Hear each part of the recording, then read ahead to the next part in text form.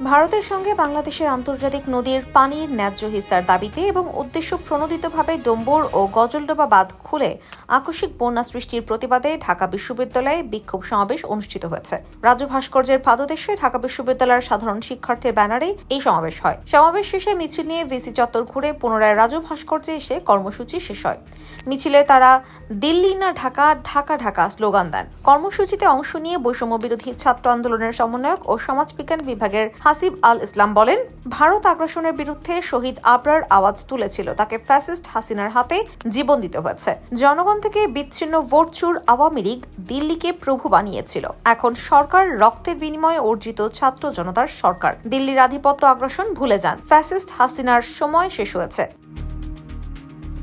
তিনি বলেন, ভারত তার আগ্রাসনের কারণে প্রতিবেশী নেপাল, ভুটান, মালদ্বীপে প্রত্যাখ্যাত হয়েছে। আধিপত্য চললে বাংলাদেশের জনগণ তাদের প্রত্যাখ্যান করবে। বন্ধুত্ব হবে ন্যায্যতা, সমতা, প্রভুত্বের ভিত্তিতে নয়। অবিলম্বে এসব নদীর বাঁধ গুড়িয়ে ফেলতে হবে। আন্তর্জাতিক নদীতে বাঁধ চলবে না। তারা বলেন, খুনি হাসিনাকে ফেরত দেওয়ার আগেই ভারতের সঙ্গে হওয়া অসম চুক্তি বাতিল করতে হবে। বন্দি বিনিময় চুক্তির কারণে ফ্যাসিস্ট হাসিনাকে ফেরত দিতে হবে। শান্তি ও সংঘর্ষ অধ্যয়ন বিভাগের সুলতানা বলেন, এটা কোনো প্রাকৃতিক দুর্যোগ নয়, এটা ভারতের কৃত্রিমভাবে তৈরি করা বন্যা। বাঁধ খুলে তারা উল্লাস করছে। আন্তর্জাতিক নদীর পানি বন্টনের ন্যায্য হিস্সা তাদের পেতে হবে। ত্রিপুরা রাজ্যে ডম্বুর বাঁধ খুলে দেয় কুমিল্লা, নোয়াখালী, লক্ষ্মীপুর ও ফেনী বন্যা প্লাবিত। ভারতের সঙ্গে বাংলাদেশের 54টি সংযোগ নদী রয়েছে।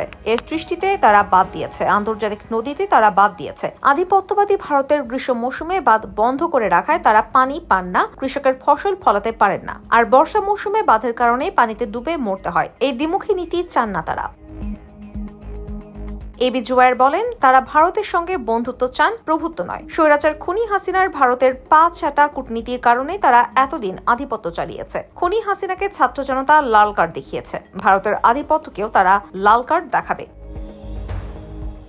ইসলামিক স্টাডিজ বিভাগের ফকির বিন ইসমাইল বলেছে, এটা প্রাকৃতিক বন্যা নয়, দিল্লির গুটি চালানো পানি। এটা রাজনৈতিক ইচ্ছা প্রণোদিত বন্যা। ভারত রাজনৈতিক বন্যা চাপিয়ে দিয়েছে বাংলাদেশের ওপর। এছাড়া বাংলাদেশের উত্তর সীমান্তে তিস্তা নদীতে গজলডোবা বাঁধ খুলে দেওয়ারও পায়তারা করছে জানিয়ে শিক্ষার্থীরা বলেছেন, ভারতীয় পানি আগ্রাসন বন্ধ না করলে বাংলাদেশ সীমান্ত ঘেঁষা দেশটির 7টি রাজ্য নিয়ে এদেশের ছাত্র জনতা নতুন পরিকল্পনা করবে। ভারতকে উদ্দেশ্য করে বলেন, ধৈর্যের বাঁধ ভাঙবেন না। ধৈর্যের বাঁধ ভাঙলে 7 সিস্টার্সও ভেঙে দেওয়া হবে। এ সময় বন্যা কবলিত মানুষকে সহায়তার আহ্বান জানান আন্দোলনকারীরা। IBTV USA news desk.